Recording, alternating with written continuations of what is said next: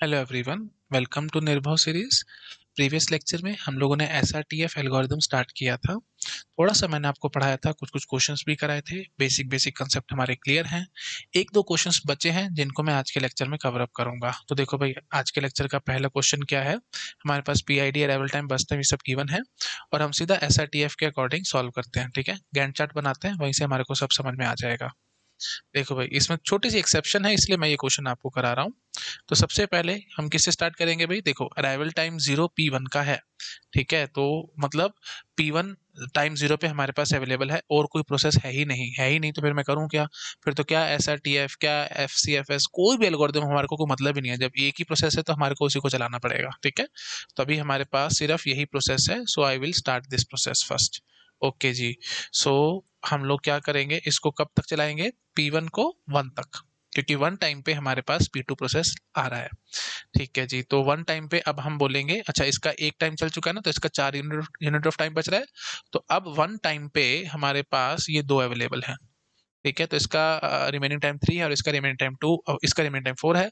तो कौन सा छोटा है भाई, P2 छोटा है, तो हम लोग P2 स्टार्ट कर देंगे। ठीक है, so we will start with P2। Okay, तो P2 को कब तक चलाना है भाई हमारे को। देखो, 2 पे हमारे पास एक नया प्रोसेस आ रहा है ना, तो हम 2 तक चलाएंगे इसको। ठीक है, मैंने बार बार समझाया भाई आपको, जैसे जैसे अराइवल टाइम है उसके हिसाब से आपको नया नया प्रोसेस लाते रहना है और ब्रेक लगाते रहना है बीच बीच में। ठीक है, ब्रेक लगा लगा करके सोचना है क्या करना है आगे। ठीक है जी, तो 2 पे नया प्रोसेस आ रहा था तो मैंने ब्रेक लगा दी। हाँ जी, तो कितना टाइम चल चुका होगा, ये एक टाइम चला है, तो इसका रिमेनिंग टाइम 2 है। तो अब वी आर एट टाइम 2 पे हमारे पास 3 प्रोसेसेस लाइन में लगे हुए हैं। ये 3 लगे हुए हैं। ठीक है, अब बताओ भाई किसको चलाओगे। ठीक है, नाउ किसको चलाएं बताओ। जो सबसे छोटा होगा ऑब्वियसली, तो P3 सबसे छोटा है तो P3 को चला देंगे। ठीक है, क्योंकि 1, 2 और 4 तीन चॉइसेस है मेरे पास, तो इसमें सबसे छोटा P3 था तो मैंने P3 को चला दिया। 1 यूनिट ऑफ टाइम चलाएगा, क्योंकि फिर P4 हमारे पास आ जाएगा टाइम 3 पे, तो हमने इसको 1 यूनिट ऑफ टाइम चलाया 3 तक। और बाय द वे इसका बस टाइम ही 1 का था, तो ये तो सीधा ही कंप्लीट हो गया, इसको हटा दो अब। ठीक है, now it is not in the picture. तो टाइम 3 पे अब हम देख रहे हैं हमारे पास 3 चॉइसेस हैं। ठीक है, सो दैट्स वाई मैं ये क्वेश्चन आपको करा रहा हूँ। एक P1 है, एक P2 है और एक P4 है। ठीक है, इसलिए मैं करा रहा हूँ। देखो अब यहाँ पे आपको चक्कर समझ में आ रहा होगा क्या गड़बड़ हो रही है। देखो, इसका भी रिमेनिंग टाइम 2 है और इसका भी रिमेनिंग टाइम 2 है, तो किसको चलाएं। So we have a tie. So tie breaker अब वो क्लियर कट बोलेगा। टाई ब्रेकर क्या है भाई यहाँ पे, वो आपको एग्जाम में सेंस निकालनी पड़ेगी, गेट एग्जाम में जैसे भी वो बोलेगा लैंग्वेज से आप देख लेना। कई बार तो टाई ब्रेकर डायरेक्टली इनडायरेक्टली बोला जाएगा एफ सी एफ एस है। ठीक है, तो बाय डिफॉल्ट अगर कुछ नहीं दिया हुआ तो by default F C F S ही लेके चलना होता है हमारे को, फर्स्ट का फर्स्ट। जो पहले है वो पहले चलेगा। ठीक है जी, तो दैट मीन्स P2 चलेगा पहले। ठीक है जी, सो दैट मीन्स हम लोग क्या करेंगे, अभी मैं पहले आपको एफ सी एफ एस के अकॉर्डिंग दिखा रहा हूँ। ठीक है, तो ऑब्वियसली बात है, हम पहले P2 को चलाएंगे। ठीक है, तो P2 कब तक चलेगा भाई। P2 चलेगा, इसका 2 यूनिट ऑफ टाइम है ना। देखो अब तो हमारे पास ये तीनों ही अवेलेबल है ना भाई, है ना, तो अब तो जो सबसे छोटा है उसको पूरा चला करके खत्म करना। अब तो कोई टेंशन है नहीं बीच में ब्रेक लगाने वाली या कुछ करने वाली। तो हम P2 को पूरा चला देंगे 5 तक। ठीक है, कंप्लीट। उसके बाद फिर P4 आएगा, है ना, पी, क्योंकि उसके बाद यही छोटा बच रहा था। तो 5 + 2 7, ये भी गया। और उसके बाद फिर P1 आएगा, कितना, 4 यूनिट ऑफ टाइम था इसका, तो 7 + 4 दैट इज 11। ठीक है, तो फाइनली ये हमारा गैंट चार्ट रेडी होगा अगर हम एफ सी एफ एस के अकॉर्डिंग चलते हैं तो। ओके, हाँ, और waiting time, response time, please वो मेरी हम्बल रिक्वेस्ट है, वो सब आप अपने आप जानते हो, वो निकाल लेना। एवरेज वेटिंग टाइम निकाल लेना। क्या क्या निकालना होता है भाई आपको, वेटिंग टाइम, रिस्पॉन्स टाइम, सबसे पहले टर्न अराउंड टाइम निकाला करो। टर्न अराउंड टाइम, फिर वेटिंग टाइम, फिर रिस्पॉन्स टाइम, क्योंकि वेटिंग टाइम के फॉर्मूले में टर्न अराउंड टाइम यूज होना है ना, आपको पता है फॉर्मूला, फिर भी लिख देता हूँ। टर्न अराउंड टाइम क्या होता है भाई, process finish time minus process arrival time. मैं लिख रहा हूँ, अभी बार बार लिखो, जितनी बार लिखोगे उतनी जल्दी चीजें याद होंगी। वेटिंग टाइम क्या था जी, turn around time minus burst time. Response time क्या था जी, process start time minus process arrival time. अच्छा जी, इसके बाद फिर सीपी यूटिलाइजेशन निकाल लेना और थ्रूपुट निकाल लेना। ठीक है, तो ये सब आप अपने आप कर लेना, ये होमवर्क मैं आपको दे रहा हूँ। बहुत न्यूमेरिकल्स पहले मैंने कराए, आपको आता होगा ये सब करना। ठीक है जी, और नहीं आता तो पुराने लेक्चर्स आपको देखने पड़ेंगे, निर्भो सीरीज में मैंने सब बता रखा है आपको। ओके जी। अच्छा, दूसरा तरीका क्या है भाई, हमने अभी क्या रखा था, tie breaker F C F S. So let me copy this slide first. Okay, तो मैं आपको दिखाता हूँ, let me copy this slide, है ना। So yes, so we have pasted it. Okay, so yes,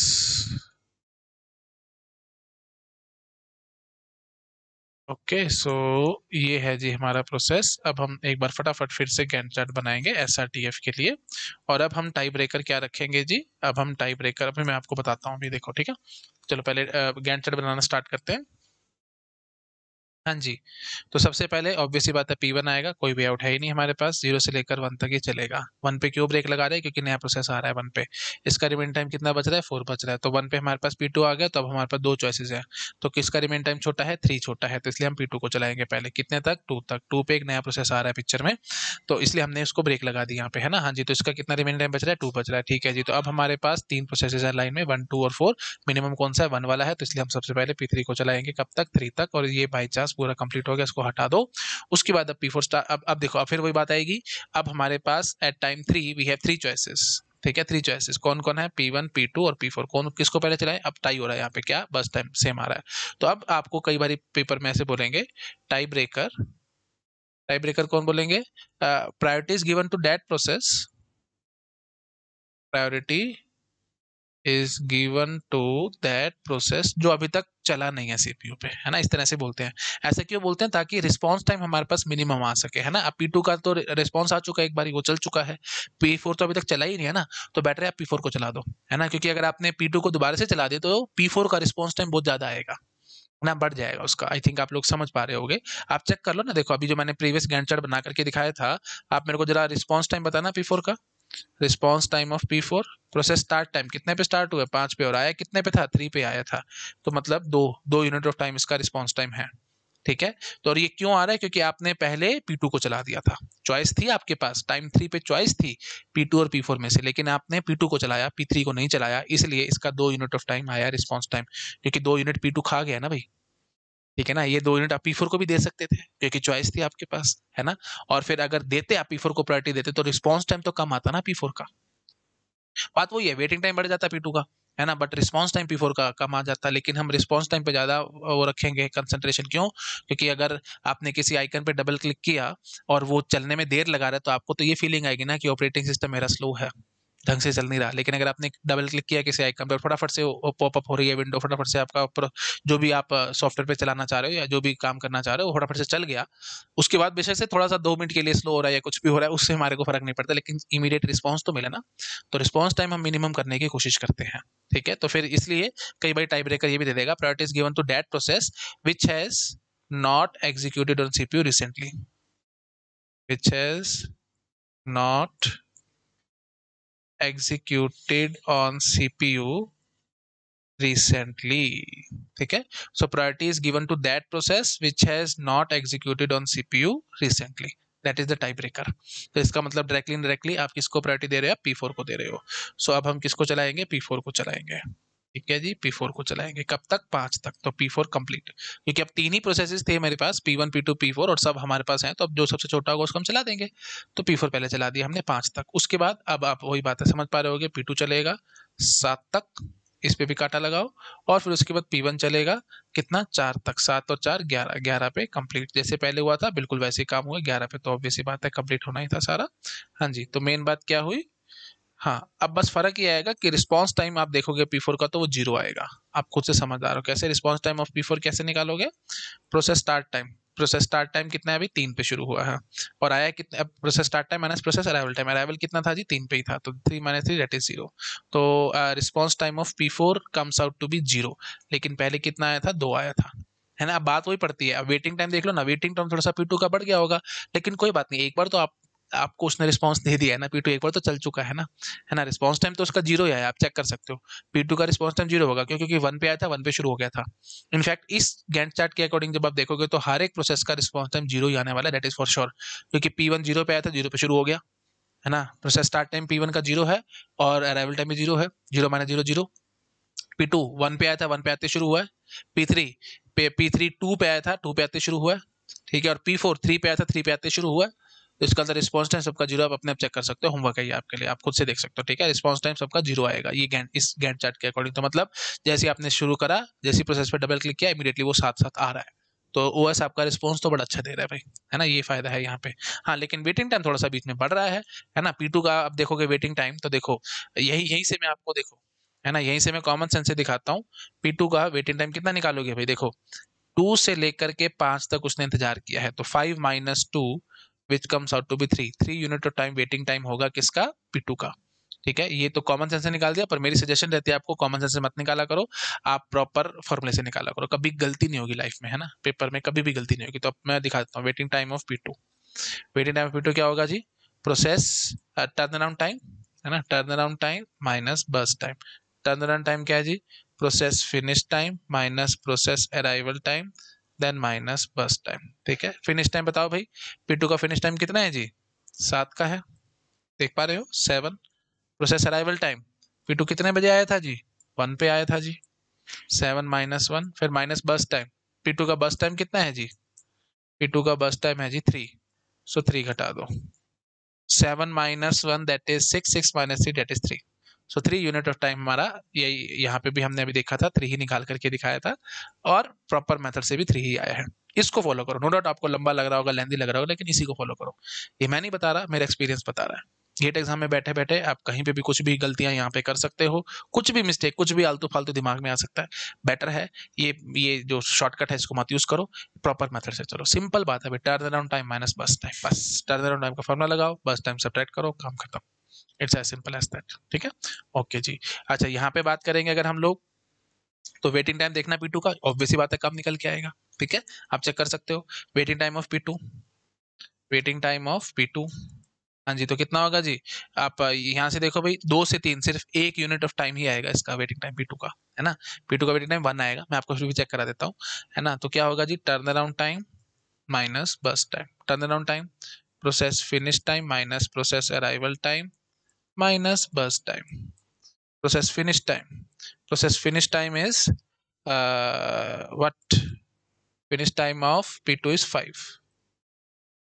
arrival time 1 पे आया था, P2 1 पे आया था, यस, 5 माइनस 1, बस टाइम इसका कितना है जी, 3 है जी, तो चेक करो, 4 माइनस 3 डेट इज 1 ओनली, तो यही 1 आ रहा है जो मैंने अभी आपको बताया भी था।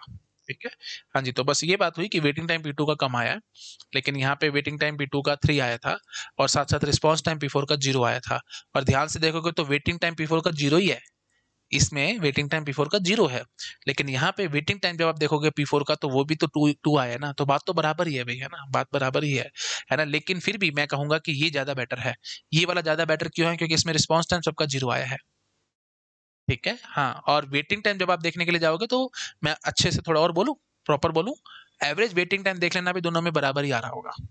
क्यों बराबर आ रहा होगा, क्योंकि मैंने अभी अपने आप इमेजिन कर लिया, यहाँ पे आपके भी शायद माइंड में आ गया होगा, P2 का वेटिंग टाइम यहाँ पे 1 आया है, और यहाँ पे P2 का वेटिंग टाइम कितना आया था जी, 3 आया था, ओके, और P4 का वेटिंग टाइम यहाँ पे 0 आया था, और P4 का वेटिंग टाइम यहाँ पे 2 आया था। कॉमन सेंस से सोचो भाई, एवरेज क्या होता है, total sum of the waiting time divided by total number of processes, sum जब आप करने बैठोगे तो बराबर ही आना है, that is for sure, 100% sure. ठीक है, एक जगह 2 बढ़ा है, एक जगह 2 घटा है, बस, और क्या हुआ, चेक करना तो मैं चेक करा देता हूँ, मुझे कोई दिक्कत नहीं है, फायदा आप समझ पा रहे होगे, है ना, तो यहाँ पे जब मैं देखूंगा, फायदा ये होगा कि यहाँ पे जो रिस्पॉन्स टाइम था ये 0 आया है, लेकिन यहाँ पे रिस्पॉन्स टाइम 0 नहीं आया है। ठीक है, हाँ, चलो मैं एक बार फिर भी दिखा देता हूँ आपको, है ना, वेटिंग टाइम फटाफट दो मिनट में निकालूंगा, अब प्लीज मैं कॉमन सेंस से निकाल रहा हूँ, आप प्लीज अपने आप करके देख लेना प्रॉपर फॉर्मूले के साथ, है ना, मैं फॉर्मूला मतलब मैं कॉमन सेंस बिल्कुल अवॉइड करना चाहता हूँ, बट टाइम मैं नहीं लगाना चाहता, वीडियो फालतू का लंबा खींचेगा, तो P1 का वेटिंग टाइम है सीधा आपको यहाँ से देख करके बताऊंगा, है ना, कितना हो गया जी, 7 माइनस 1 6 हो गया। ठीक है, P2 का वेटिंग टाइम बताओ भाई, P2 1 पे आते 1 पे सीधा शुरू हो गया था ना, यहाँ पे सिर्फ ये 1 यूनिट ऑफ टाइम P2 ने इंतजार किया, और कुछ नहीं किया P2 ने यहाँ पे इंतजार, है ना। अच्छा जी, P3 2 पे आते 2 पे शुरू होकर के खत्म भी हो गया था, P3 का तो कोई चक्कर ही नहीं है। अच्छा जी, तो P3 का तो 0 है जी, और P4 का देखो भाई, 5 पे आके शुरू हुआ जा करके, और आया कितने पे था, 3 पे आया था, तो 2 है वेटिंग टाइम इसका, नजर ही आ रहा है, और कहीं P4 में इंतजार करा ही नहीं है, तो ठीक है जी, 6 और 1 7, 7 2 9, तो 9 आया जी टोटल हमारे पास वेटिंग टाइम। ठीक है, तो 9 divided by 4, this is my answer, average waiting time. यहाँ पे चेक करना, यहाँ पे भी वही आएगा, डेट इज फॉर श्योर, मैं आपको बता रहा हूँ, बट फिर भी मैं दिखा देता हूँ आपको। P1 का देख लो भाई, 1 से लेकर 7 तक, है ना, ये 6 इंतजार करा है P1 ने, P2 ने, मैं प्लीज अपने आप कर रहा हूँ, आप अपने आप फॉर्मूले से लगा करके करना, मैं अपना फटाफट से शॉर्टकट से कर रहा हूँ जल्दी जल्दी, ताकि मैं आपको बता सकूं बस, है ना, क्योंकि देखो P1 आया 0 पे था, 0 पे शुरू हो गया था, तो 1 यूनिट तक तो चला है ना, तो 1 से लेकर के 7 तक उसने इंतजार किया है, तो 7 है ना, 1 से लेकर 7 तक इंतजार किया, तो 7 माइनस 1 6, ठीक है जी। P2 की बात करो फटाफट, P2 ने कितना इंतजार किया जी, 2 से लेकर 5 तक, है ना, तो 3। ठीक है जी। उसके बाद P3 की बात करो, P3 ने कितना इंतजार किया, P3 ने तो कुछ इंतजार ही नहीं किया, 2 पे आया था, 2 पे सीधा शुरू हो गया था, देखो भाई, है ना, P3 का 0 है। और P4 का जब आप इंतजार देखने के लिए जाओगे तो कितना आया जी, P4 का 3 पे आते 3 पे शुरू हो गया था, ये देखो भाई आराम से, 3 पे आते 3 पे शुरू हो गया था, तो 0 आया है। तो 6 और 6 जमा 3 9, 9/4 यही आया था वेटिंग टाइम। मैंने आपको ये देखो पीछे भी यही आया 9/4, यहाँ पे भी वो आया 9/4। आई थिंक समझ पा रहे हो आप लोग, वेटिंग टाइम में तो कुछ फर्क है ही नहीं। बट फायदा यहाँ पे ये नुकसान था कि रिस्पॉन्स टाइम 2 आया था, किसका, P4 का रिस्पॉन्स टाइम यहाँ पे हमारे पास 2 आया था, और यहाँ पे रिस्पॉन्स टाइम 0 आ रहा है। तो यहाँ पे कंफर्म है अभी हर एक प्रोसेस का रिस्पॉन्स टाइम 0 है, तो एवरेज भी 0 आया है। लेकिन यहाँ पे हर एक का रिस्पॉन्स टाइम 0 नहीं आया, सिर्फ और सिर्फ P4 का रिस्पॉन्स टाइम 2 आया है, जिसके कारण यहाँ एवरेज रिस्पॉन्स टाइम जो होगा 2/4 हो जाएगा, दैट इज 0.5। ठीक है, तो ये थोड़ा सा इस मेथड में नुकसान हुआ है। तो एफसीएफए से चल रहे हो तो ये थोड़ा सा नुकसान हो रहा है। लेकिन जब आप टाई ब्रेकर प्रॉपर लेके चलते हो कि priority is given to that process which has not executed on CPU recently, ये ज्यादा बेटर ऑप्शन है। ठीक है, तो इसमें हमारे पास वेटिंग टाइम जो है वो तो बराबर आना ही आना है ना, लेकिन रिस्पॉन्स टाइम में थोड़ा सा फर्क पड़ जाएगा, रिस्पॉन्स टाइम कम आएगा यहाँ पे। This is better. I think आप लोग समझ पा रहे होगे। ठीक है, तो इसलिए कई बार यूज कर लेगा वो, गेट एग्जाम में प्रॉपरली बता देगा भाई इसको यूज करा, या जो भी टाई ब्रेकर जो भी देगा वो आप देख लेना। ठीक है, इतना डिटेल में मेरा जाने का मन नहीं था, निर्भो सीरीज है हमारे को ऊपर से बताना है, बट मेरे को मन में आया तो मैंने कहा चलो एक बार डिस्कस कर लेते हैं, आप लोगों को भी ऐसा ना लगे कि बीच में कोई बात छूट गई। तो अब बात चल रही थी तो इसलिए मैंने साथ साथ कर दी। ठीक है, तो बेसिक बात आपको पता लग चुकी है। मेन बात बस आपको ये ध्यान रखना है, ऊपर ऊपर से जो बातें हैं, टाई ब्रेकर जब भी जो गिवन होगा उसके हिसाब से आप आंसर निकाल लेना, बस दैट्स इट। ठीक है, हाँ जी। और बस इस बात का ध्यान रखना कि अगर priority given to that process which has not executed on CPU recently, इसका मतलब क्या होगा, इसमें रिस्पांस टाइम कम से कम आएगा बस। ठीक है, क्योंकि जो नहीं चला है रिसेंटली उसको आप प्रायोरिटी दे रहे हो, तो इसका मतलब आप उसको जल्दी जल्दी चलाने की कोशिश कर रहे हो ना, तो इसका मतलब क्या, इस वाले मेथड में रिस्पांस टाइम सबसे कम आएगा। ठीक है, चलिए ठीक है जी, दैट्स इट। नोट डाउन करो, नेक्स्ट स्लाइड पे जंप करूंगा। ठीक है, मेरे ख्याल एक स्क्रीन पे सारा कुछ, किसी को कोई दिक्कत नहीं होनी चाहिए। हाँ, यहाँ तक आप नोट डाउन कर सकते हो, अब ठीक ठाक दिख रहा होगा, पढ़ रहा हूँ आगे। हाँ जी, बस एक ये प्रोसेस, एक ये बस न्यूमेरिकल हो रहा है, बस उसके बाद हमारा खत्म हो जाएगा SRTF। हाँ भाई, तो इसमें देखो क्या चक्कर है, अराइवल टाइम दिया ही नहीं हुआ, अराइवल टाइम दिया ही नहीं हुआ। तो क्या मान के चलोगे सबका अराइवल टाइम 0 है। अगर सबका अराइवल टाइम 0 है तो मैं क्या बोलूंगा, मेरे पास सारे के सारे प्रोसेसेस अभी फिलहाल हैं, तो अब किसको चलाऊंगा, ऑब्वियसली सबसे छोटे को चलाऊंगा। तो SRTF वाली बात जब कर रहा हूँ तो SRTF भी यही बात बोलेगा भाई, उसमें क्या दिक्कत है, सबसे पहले P4 को चलाओ। ठीक है, 0 से लेकर 2 तक चलाओ। अच्छा जी, उसके बाद फिर P3 को चलाओ, 3 और 2 5, काटते जाओ साथ साथ, है ना। उसके बाद P2 को चलाओ, 5 4 9, खत्म करो इसको। फिर P1 को चलाओ, 9 और 5 14, खत्म करो इसको भी। ठीक है, आई थिंक समझ गए होगे आप लोग। हाँ जी, तो 14 में जाकर के हमारा काम होगा। ओके जी, हाँ। और अब एक बड़ी ब्यूटीफुल बात मैं बोलना चाहता हूँ यहाँ पे, आप आई थिंक गेस कर पा रहे होगे ब्यूटीफुल बात क्या है। अगर अराइवल टाइम नहीं गिवन ना, तो SRTF और SJF सेम है, मतलब प्रीएम्प्टिव और नॉन प्रीएम्प्टिव एक जैसा ही काम कर रहा है। अगर अराइवल टाइम नहीं दिया हुआ तो मतलब सारे के सारे 0 पे ही आए हैं, सारे के सारे 0 पे, तो सारे सारे चॉइसेस है मेरे पास, जो सबसे छोटा होगा मैं उसको ले लूंगा भाई। It's as simple as that. ठीक है, तो फिर यहाँ पे प्रीएम्प्टिव वाला कोई चक्कर लगना ही नहीं है। प्रीएम्प्टिव वाला चक्कर तब आएगा जब अराइवल टाइम गिवन होगा, तो ये बात ध्यान रखना। If arrival time is not given, then whatever they say, either दे से प्रीएम्प्टिव और दे से नॉन प्रीएम्प्टिव, कोई फर्क नहीं पड़ने वाला, दोनों सेम तरीके से काम करने वाले हैं। ठीक है, तो मतलब SRTF बोले या SJF बोले कोई फर्क नहीं पड़ने वाला, चाहे बोल दे प्रीएम्प्टिव SJF यूज कर रहे हैं या बोल दे नॉन प्रीएम्प्टिव SRTF यूज कर रहे हैं, जो मर्जी जैसे मर्जी बोल दे, दोनों एक जैसे काम करेंगे, बस सिंपल बात है। मतलब प्रीएम्प्टिव और नॉन प्रीएम्प्टिव एक जैसा काम करेगा, कब, जब अराइवल टाइम नहीं गिवन। और कारण आपको यहाँ पे देखते समझ में आ रहा होगा, क्योंकि अब सारे के सारे मेरे पास अवेलेबल हैं, तो मैं तो जो सबसे छोटा होगा उसको चलाऊंगा। और SJF के अकॉर्डिंग चलाओगे वो भी तो ऐसे चलेगा SJF भी। लेकिन अगर अराइवल टाइम गिवन होता तो कहानी थोड़ी सी अलग हो जाती। SJF बोलता, वो SJF अड़ा रहता कि मैं CPU नहीं छोड़ने वाला जब तक मैं पूरा ना चल जाऊं। ठीक है, तो जैसे अगर मैं यहाँ पे बोल देता आपको, अब वही बात है, खींचने वाली बात है। चलो एक एक न्यूमेरिकल और करा देता हूँ, नोट डाउन करो इसको। कर लिया, ठीक है, बात चल रही है तो मैं एक एक एक बस एक और करा देता हूँ। हाँ, मैं इसको ना कॉपी करके ले जाता हूँ, या इसी स्लाइड को ही कॉपी कर लेता हूँ। ठीक है, 1 सेकंड लगेगा।